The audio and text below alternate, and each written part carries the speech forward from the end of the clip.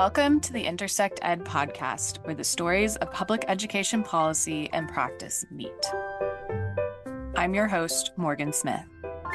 Today, we are tackling a topic that is the foundation to student success, pre-kindergarten. We'll hear from the public school leaders who are getting early education right and talk about how Texas lawmakers can increase access to all kinds of high-quality childcare for the state's roughly 2.3 million kids under the age of 6. Study after study has shown that investing in high-quality pre-kindergarten programs reaps dividend after dividend, from setting kids up for strong academic performance later on to the economic stability that comes with keeping more parents in the workforce. In the last decade, largely due to innovative approaches at the local level, Texas has made some progress in supporting its youngest students. But still, more than 90,000 3- and 4-year-olds remain on wait lists. So what's holding us back? As usual, when it comes to public education in Texas, the answer is complicated. And yes, it does have something to do with funding. Right now, parents in Texas deserve options to high quality early learning programs, and they do not have those options today. And the main reason for that is access to childcare is incredibly expensive. This is David Feigen. He is the director of early learning policy at Texans Care for Children, which is a multi-issue children's advocacy and research organization focused on state policy. He says that the cost of a Texas family's average annual childcare for an infant is around $11,000. Families also are having to constantly make a choice between, do I pay for childcare that I maybe can't afford? Do I settle for childcare that I think is less than my child deserves and in some cases could even be unsafe? Or do I just leave the workforce altogether because none of these options are really doable? Our public pre-K program, starts to really become available for families at age 4. There are some 3-year-old programs, but even for that, it's a very limited eligibility. It ends at 3 o'clock, which is not a great option for working parents in some cases. And so the options that are available to parents are inadequate. If you aren't a parent, these details may surprise you. If you are a parent, they are all too real. Currently, the state only provides half-day funding for a limited group of 4-year-olds and an even smaller group of 3-year-olds who meet certain eligibility criteria, like coming from an economically disadvantaged home or learning English as a second language.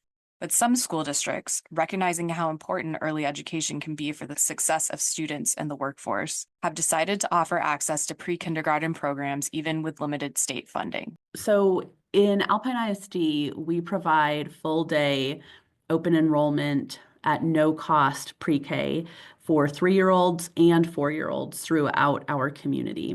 So our board is very committed to adding in a pre-K 3 program, even though it's not necessarily state required. But they saw the value in doing that. And our board is equally committed to providing these programs at no cost to our community. This is Dr. Michelle Rinehart, the superintendent of Alpine ISD, a West Texas district where about 60% of students come from economically disadvantaged backgrounds.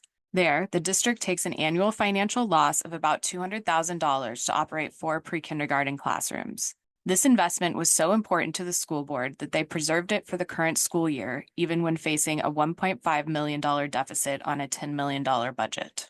So when I started in Alpine 3 years ago, we had less than 12 licensed childcare spots in Alpine for more than 200 children under the age of 3 at that time. And so that kind of larger context is both a workforce challenge, but it's also an educational challenge in our community. And so really, to our end, in a rural location that really had a dearth of high quality childcare options, it was a way to provide high quality, consistent childcare for 3-year-olds and 4-year-olds within our community, while also helping those 3 and 4-year-olds get kindergarten ready and start school in kindergarten a year or 2 years later, ready to go and ready to learn.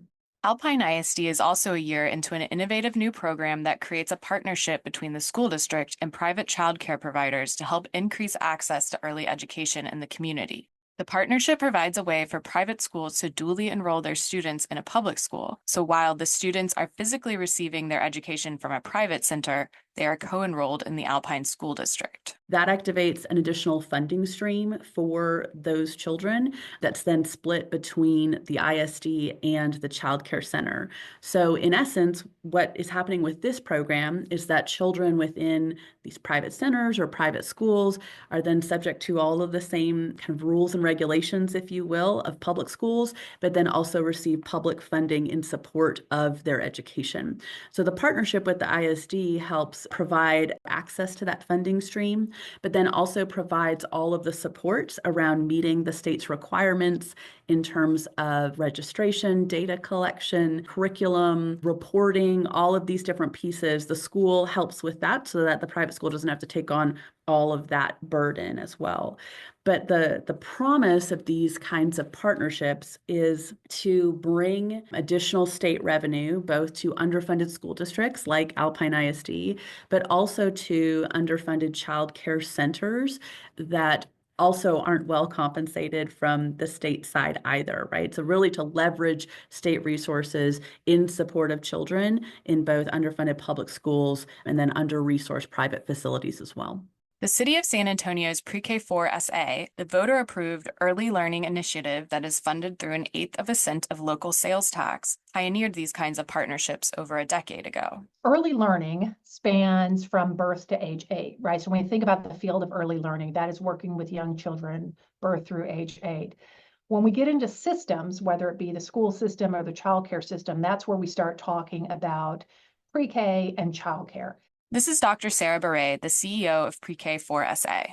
Childcare is licensed by the state of Texas, and they are providers who provide a warm, loving, caring environment for children to go when their families are working, where their parents are at work. Preschool, or pre-K as we know it, is part of the public school system, and that is seen as the grade that happens before kindergarten. And these two systems are very separate, both in licensing, funding, in the way that they operate, but they actually have a lot of similarities. And in some places, those two systems actually go together. And we understand that young children, a 4-year-old is going to become a 5-year-old, just like a 2-year-old is going to become a 3-year-old and a 3-year-old is going to become a 4-year-old. The children move through the system. And so there really needs to be continuity across the birth through age 5 system. But though these kinds of public-private partnerships show a lot of promise, they've been slow to take off in other communities, in part because they can be difficult to implement. There is no one-size-fits-all approach for districts or childcare providers. The way forward is different in each community. There's so much work that has to be done in-house. You can learn from someone else about, oh, here's how we did that. We sent our district nurse to that location, or, oh, we tried to contract with somebody in that city who would do these screenings on our behalf or whatnot. You might get, high level ideas, but then in terms of actually putting those into action or working through all the steps to actually make those happen for your own district, that's local work for sure. In 2019, the legislature passed HB 3, which was intended to help pave the way for more of these kinds of partnerships, but there is more work to be done. Here's Sarah Baray again. HB 3 was big in that it created the vehicle for pre-K partnerships and encouraged school districts to partner with high-quality child care centers to deliver public pre-K in the child care center. And that's really important because families need options when it comes to early learning, because families have all kinds of different needs. And so for some families, if you have an infant, to be able to drop your infant and your 4-year-old off at one place and know your 4-year-old is going to get pre-K, but your infant is going to get high quality care, that is a really important opportunity for families. It also provides continuity of care for the young children. They can go from being an infant in a center and knowing the teachers and being a familiar place all the way up to going to get their pre-K education in there. So the HB 3 that made that possible was a really important policy move. What would be helpful is the easier we can make that system, because the school system and the childcare system operate on completely different systems and policies and regulations and funding. creating those partnerships can be very challenging because it's not easy to understand how to translate the regulations that the schools are required into a child care center and vice versa. And so anything that the legislature can do to make that a more seamless process and make it easier for both the superintendents to say yes and to the child care providers to say yes. Because what we often hear is a superintendent's like, that's a great idea. I'd love to deliver pre-K in a childcare center, but I don't know anything about childcare, and I don't really want to know anything about childcare and all the regulations. And childcare providers say the same thing. They're like, this sounds like a great idea, but I don't really understand the funding. I don't know what I should be getting from this. I don't understand the school regulations. So I'm not sure I can take that on because I'm already stressed enough. There's another issue. HB 3 required school districts to provide full-day pre-K to eligible students, which was a big step forward. But unfortunately, lawmakers only provided funding for a half-day, leaving school districts to make up the difference. And 6 years later, that's where funding remains. Here's Michelle Rinehart again. When we think about what pre-K looks like in practice, we don't pay a pre-K teacher half of a teaching salary. We actually spend more on staff salaries in those classrooms because we equip those classrooms both with a teacher and a paraprofessional. And so those classrooms are our most expensive classrooms to run across the district. When you walk into a pre-K classroom, you won't find that it's only half furnished, or that we only run the heat and AC half the time, or that we only supply half of our students with the materials that they need to access pre-K. But these are the very real impacts of what half-day funding could look like in pre-K classrooms. And as Texas looks to the future, the benefits of fully funding pre-K extend beyond just the improved educational outcomes. Here's David Feigen. I would say that the legislature, I think, is highly motivated to act on childcare this session because of this economic impact. And according to the U.S. Chamber of Commerce, Texas only has 80 available workers for every 100 open jobs. So let me say that again. Texas only has 80 available workers for every 100 open jobs. And what that means is there's more open jobs than available workers. And one of the main reasons for that is childcare. According to surveys we've seen, around 60% of non-working parents say that childcare is a top barrier to them working. And so lawmakers are motivated about this because there's a significant economic impact of the lack of high quality childcare. And people don't talk about pre-K that way, but it's part of this too. We just take for granted that the public education system is an economic driver, that parents, once their child enters kindergarten, can rely on full-day childcare. But in these early years, parents are really struggling, and that's having a real economic impact. And so I would just say that if lawmakers want Texas to be this economic miracle, we need to ensure that parents have access to high-quality childcare, because that's absolutely holding the economy back.